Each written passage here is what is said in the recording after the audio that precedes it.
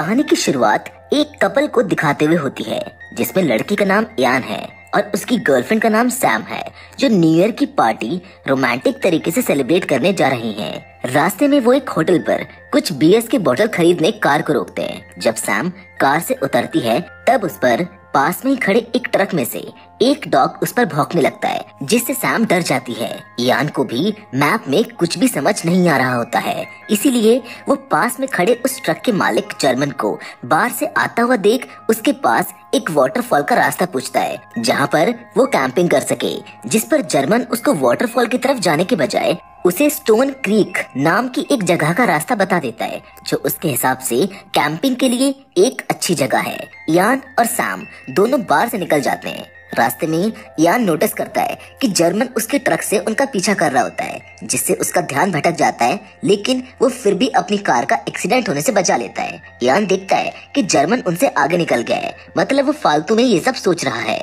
थोड़ी देर बाद वो दोनों कैंपिंग साइट पर पहुंच जाते हैं, लेकिन वो देखते हैं कि वहाँ पर एक कार लावारिस तरीके से खड़ी हुई है।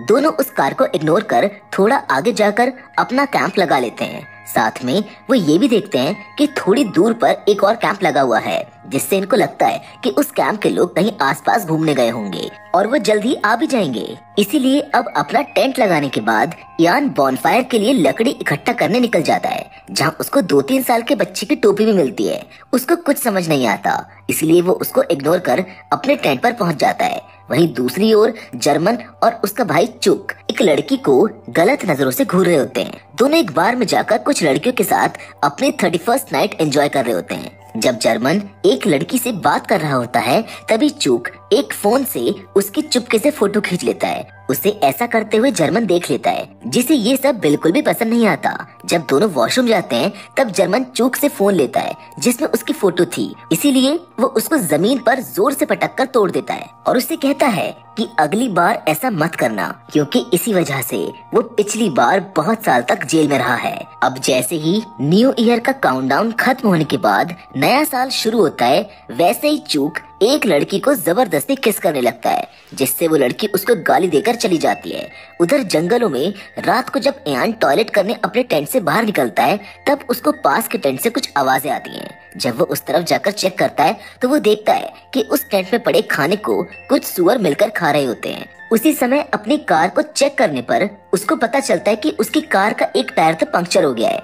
अगली सुबह यान अपनी कार का टायर चेंज करने लगता है, क्योंकि आज वो लोग अपने घर वापस जा रहे होते हैं। जब सैम अपना सामान समेटकर कार की तरफ जा रही होती है तभी हम देखते हैं कि एक अनजान छोटी बच्ची सैम का दौड़ दौड़ कर पीछा करने लगती है, जिसे सैम नहीं देख पाती। पर थोड़ी दूर तक पीछा करने के बाद वो बच्ची दौड़ते हुए गिर जाती है। थोड़ी देर बाद जब सैम कुछ सामान लेने टेंट की तरफ फिर से जाती है तब उसको वो छोटी बच्ची बेहोश पड़ी हुई मिलती है, जिसको देखकर ऐसा लग रहा था कि जैसे इसने कुछ दिनों से कुछ खाया ना हो। जिस पर सैम यान को बुलाती है। यान सैम को बच्ची का इलाज करने के लिए मेडिकल किट लेने भेज देता है और उसका इलाज करके सैम और यान दोनों अपनी कार की तरफ उस छोटी बच्ची को लेकर पहुंच जाते हैं। उनकी कार खराब हो चुकी थी, इसलिए यान सोचता है कि वो पास में खड़ी कार से निकल जाए। तभी वहाँ पर एक कार आती है जिसमें चूक होता है, जो जर्मन को गॉन हंटिंग का लेटर लिखकर घर से निकला था। चूक का लेटर पढ़ते ही जर्मन भी वहाँ से निकल जाता है, क्योंकि उसको पता था कि चूक कुछ न कुछ गलती करके उसको फंसा देगा।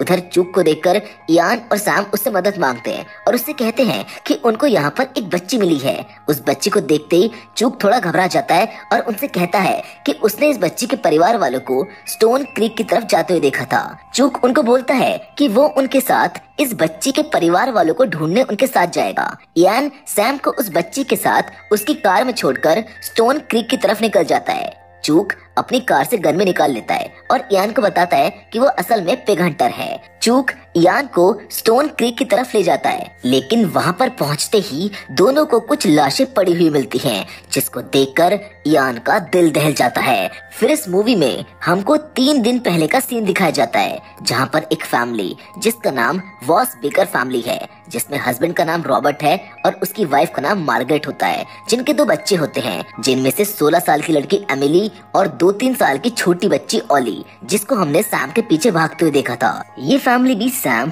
और यान की तरह वाटरफॉल नाम की एक जगह पर कैंपिंग करने आए हुए थे। उसी शाम जिस दिन ये लोग यहाँ पर आए थे, उस समय एमिली फोटो खींचने में लगी हुई थी, जो उसका एक शौक भी है, जबकि रॉबर्ट सबके लिए खाना बना रहा होता है जो उसको बहुत पसंद है। अब रात को ये सब खाना खाकर बॉनफायर के पास बैठे थे, तभी बातों बातों में रॉबर्ट अपनी फैमिली को बताता है कि इधर पास ही में एक स्टोन क्रीक नाम की एक जगह है, जहाँ कुछ लोग इधर आने वाले टूरिस्ट को बंदी बनाकर उनको लूटकर मार डालते हैं। इस न्यूज को सुनकर एमिली थोड़ा घबरा जाती है। अपनी बेटी को घबराया हुआ देखकर रॉबर्ट उससे कहता है कि वो मजाक कर रहा था। अब थोड़ी देर बाद सब लोग मजे मस्ती कर सोने चले जाते हैं और अगले दिन रॉबर्ट और मार्गरेट ऑली को साथ लेकर पास में ही ट्रैकिंग करने निकल जाते हैं। जाने से पहले सब लोग साथ मिलकर पूरी फैमिली की कुछ फोटोज भी खींचते हैं। एमिली उनके साथ नहीं जाती क्योंकि उसको ट्रैकिंग करना पसंद नहीं था। थोड़ी देर बाद जब एमिली अपना फोन चला रही होती है, तभी उसको पीछे की झाड़ियों से कुछ अजीब सी आवाजें आने लगती हैं, जिससे डर के एमिली अपनी कार में जाकर सो जाती है। कुछ समय बाद ही वहाँ पर एक ट्रक में दो लोग पहुँचते हैं, जो कोई और नहीं बल्कि जर्मन और चूकी होते हैं। उनके साथ एक पिंजरे में उनका खतरनाक डॉग बेंजो भी होता है। चूक अपने ट्रक से बाहर निकलकर सामने वाली कार को चेक करने लगता है, जिसमें एमिली होती है, जो उसको दिख जाती है। जर्मन और चूक दोनों उस लड़की को अजीब सी निगाहों से देख रहे होते हैं, जिस पर जर्मन चूक को उस लड़की के साथ कुछ गलत करने को बोलता है, जिस पर चूक जर्मन को सावधान करता है कि तुम पहले ही इस चक्कर में जेल भी जा चुके हो। जर्मन एमिली के टेंट में जाकर भी चेक करता है,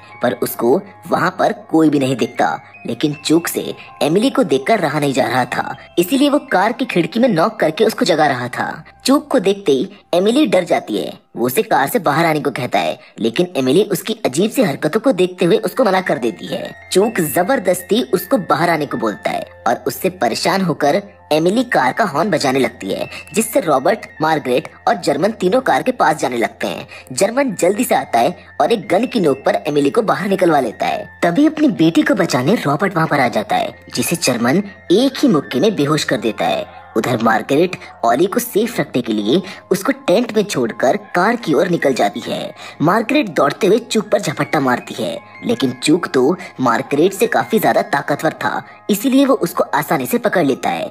एमिली जंगल में भागने लगती है, लेकिन जर्मन उसको फिर से बंदूक की नोक पर पकड़ लेता है। जर्मन और चूक फैमिली के तीनों लोगों को स्टोन क्रीक पर ले जाकर बांध देते हैं और रॉबर्ट के सामने ही दोनों मिलकर उसकी बच्ची और उसकी बीवी का रेप कर देते हैं। थोड़ी देर बाद चूक एमिली का फोन लेकर उसको चेक कर रहा होता है। ये वही फोन होता है जिससे चूक न्यू ईयर वाले दिन बार में जर्मन की फोटो खींच रहा था। चूक को एमिली के फोन में उसकी फैमिली फोटो दिखती है, जिसको ध्यान से देखने पर उसको पता चलता है कि इनके साथ एक छोटी बच्ची भी है। इसीलिए अब जर्मन मार्गरेट से ऑली के बारे में पूछता है, लेकिन वो उसको कुछ भी नहीं बताती। इससे जर्मन और चूक दोनों मिलकर रॉबर्ट के सर पर एक कैन को रखकर शूटिंग गेम खेलने लगते हैं, लेकिन रॉबर्ट के हिलने की वजह से कैन गिर जाता है, जिससे चूक सीधे उसके सर में ही गोली मार देता है। रॉबर्ट को एमिली और मार्गरेट के सामने ही मार दिया जाता है। फिर वही गेम वो दोनों मार्गरेट के साथ भी खेलते हैं, लेकिन उसके बार बार हिलने की वजह से जर्मन उसको एक थप्पड़ मारकर बेहोश कर देता है और उस पर कैन रखकर जर्मन अपनी शूटिंग प्रैक्टिस करने लगता है। लेकिन जर्मन उस पर ठीक से निशाना नहीं लगा पाता। इस पर चूक उसको चिढ़ाने लगता है। वो कहता है कि तुम्हारी उम्र हो चुकी है, इसीलिए तुम्हें चश्मा लगा लेना चाहिए, जिससे गुस्से में आकर जर्मन मार्गरेट की छाती पर गोली मार देता है और साथ में वो एमिली को भी उसके सर में गोली मारकर मार डालता है। अब तीनों को मार के वो दोनों मिलकर उनके टेंट के पास ऑली को ढूंढने पहुंचते हैं, लेकिन वो उनको वहाँ पर नहीं मिलती, क्योंकि ऑली तो अपने मम्मी पापा को ढूंढते हुए जंगल में चली जाती है। ऑली के नहीं मिलने पर ये दोनों भी अपने घर वापस आ जाते हैं। फिर कहानी प्रेजेंट में आती है, जहाँ चूक इयान के साथ नाटक करते हुए इयान को स्टोन क्रीक पर ले जाता है, जहाँ उसने जर्मन के साथ मिलकर ऑली की फैमिली को भी मार डाला था। जब चूक वहाँ पहुँचता है तो वो देखता है कि वहाँ मार्गरेट की बॉडी नहीं है, जिससे वो डर जाता है, क्योंकि मार्गरेट जिंदा है, जिससे वो पकड़ा जा सकता है। आसपास ढूंढने पर उसको मार्गरेट मिल जाती है, जो जिंदा है। इयान मार्गरेट की मदद कर ही रहा होता है, उसे फिर से गोली मारकर मार्गरेट को मार डालता है, जिस पर इयान डर जाता है और उससे कहता है कि मतलब तुमने ही इन सबको मारा मारा है और अब तो तुम मुझको भी मार डालोगे। इस पर चूक उससे कहता है कि हाँ, इनको मैंने और मेरे भाई ने मिलकर मारा है और अब हम तुमको भी मारेंगे, लेकिन इतनी आसानी से नहीं। पहले तो हम तुम्हें तड़पाएंगे, फिर तुम्हें बांध कर तुम्हारे सामने ही तुम्हारी गर्लफ्रेंड का रेप करेंगे, फिर उसे मार के हम तुमको मार देंगे। इतना कहते ही चूक उसको गन पॉइंट पे उसके साथ चलने को कहता है, लेकिन तभी अपनी और अपनी गर्लफ्रेंड की जान बचाने के लिए इयान चूक को धक्का देकर वहां से भाग जाता है, जिससे चूक गोली चलाते हुए उसका पीछा करने लगता है। उधर सैम ऑली के साथ होती है। तभी वहां गुस्से में जर्मन आ जाता है, जिसको देखकर सैम ऑली को लेकर कार में चली जाती है, लेकिन जर्मन कार का कांच फोड़कर उसे बाहर निकालने लगता है। लेकिन पिछली रात सैम को इयान ने एक नाइफ दिया था, जिसकी मदद से सैम जर्मन को चोट पहुंचा देती है। उससे बचते हुए सैम ऑली को लेकर स्टोन क्रीक की तरफ भागने लगती है और उसको पकड़ने के लिए जर्मन अपने डॉग बेंजो को उसके पीछे छोड़ देता है। लेकिन सैम के पीछे भागते हुए बेंजो को रास्ते में एक पिग मिल जाता है, जिससे उसका ध्यान भटक जाता है और सैम को वहां से भागने का एक और मौका मिल जाता है। वहीं दूसरी ओर चूक अंधाधुंध गोली चलाते हुए गलती से जर्मन को इयान समझकर उस पर ही गोली चला देता है, जिससे जर्मन घायल होकर गिर जाता है। तभी ऑली रोने लगती है, जिससे चूक को सैम का पता चल जाता है और वो उसके पीछे जाने लगता है और थोड़ी ही दूर जाकर वो सैम को पकड़ लेता है और उसको पकड़कर अपने साथ ले जाता है। इयान जर्मन की गन से चूक को शूट करने वाला होता है कि तभी वो चूक को अपनी तरफ आते हुए देख पास में छुप जाता है। अपने भाई जर्मन को अपने सामने मरता देख चूक पागल हो जाता है और ऑली के जोर जोर से रोने की वजह से वो अपने आप को काबू में नहीं रख पाता और सैम से ऑली को जबरदस्ती छुड़ाकर उसको जमीन पर पटक देता है। जर्मन को बहुत दर्द हो रहा था, इसीलिए वो चूक को उसको मारने को कहता है, जिससे उसको आसान मौत मिले, लेकिन चूक उसको रोते हुए मना कर देता है। पर जर्मन के बार बार कहने पर चूक अपने भाई को ना चाहते हुए उसे एक गोली से मार डालता है। चूक सैम को ले जाकर उसी जगह बांध देता है जहां उसने वॉस बेकर फैमिली को मारा था। वो सैम का रेप करने लगता है। तभी उसका मूड बदल जाता है और उसको अपने साथ एक गाड़ी में ले जाता है। इधर इयान जर्मन की जेब से उसकी चाबी लेकर और ऑली को अकेला छोड़कर वहां से पुलिस के पास चला जाता है। इयान उसको अपनी पूरी आपबीती सुनाता है, जिसके बाद वो पुलिस वाले और इयान चूक और सैम को ढूंढने निकल जाते हैं। इधर सैम चूक का ध्यान भटका देती है, जिससे उनकी गाड़ी का एक पेड़ से टकराने के कारण एक्सीडेंट हो जाता है। थोड़ी देर बाद जब सैम को होश आता है तो वो देखती है कि उसके हाथ स्टीयरिंग व्हील से बंधे हुए थे, लेकिन चूक वहां पर नहीं था। पुलिस वालों को दूर से आता देख उनका ध्यान अपनी ओर खींचने के लिए सैम कार की हेडलाइट चालू कर देती है, जिससे वो लोग उसकी कार के पास पहुंच जाते हैं। इयान कार से बाहर निकल ही रहा होता है कि तभी उसे पुलिस वाला रोक लेता है और वो खुद बाकी पुलिस वालों के साथ आगे बढ़ने लगता है। लेकिन तभी चूक सभी पुलिस वालों को मार डालता है। चूक जोरदार फायरिंग करने लगता है, जिससे एक गोली इयान को उसके कंधे पर लग जाती है और साथ में दूसरा पुलिस वाला भी मारा जाता है। फिर चूक दोनों को गन पॉइंट पर लेकर कार में बैठ जाता है और कार सैम को चलाने को दे देता है। सैम इयान से ऑली के बारे में पूछती है, जिस पर इयान उसको कहता है कि जल्दी में वो ऑली को नहीं ला पाया। तभी दूसरी जगह हम देखते हैं कि जर्मन का कुत्ता बेंजो ऑली के पास आ जाता है और उसका ध्यान रखने लगता है।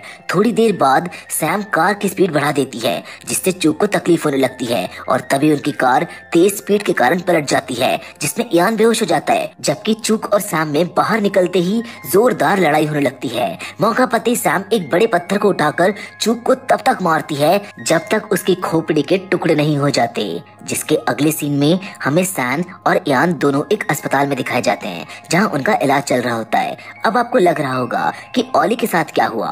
दरअसल उसके साथ जर्मन का कुत्ता बेंजो मौजूद है और जब तक कोई भी इंसान उनको ढूंढ नहीं लेता तब तक बेंजो ही उसका ध्यान रखेगा। जर्मन और चूक दोनों साइको किलर थे, जो घूमने आए हुए टूरिस्ट को लूटते थे, को तड़पा तड़पा कर मार डालते थे। पर सबको एक ना एक दिन अपने कर्मों का फल मिलता ही है। ऐसे ही एक दिन जर्मन को अपने भाई के हाथों मरना पड़ा, जो उसकी सजा थी, और सैम के हाथों पत्थरों द्वारा चूक को उसके कर्मों की सजा मिल गई। जिसके साथ आज की ये मूवी किलिंग ग्राउंड यहीं पर खत्म हो जाती है। हम उम्मीद करते हैं कि किलिंग ग्राउंड की कहानी आपको पसंद आई होगी। आप हमको कमेंट करके और भी ऐसी मूवी सजेस्ट कर सकते हैं। मैं कोशिश करूंगा उनमें से बेस्ट मूवीज को आपके लिए कवर कर सकूं। बाकी फिलहाल तो आज के वीडियो में बस इतना ही।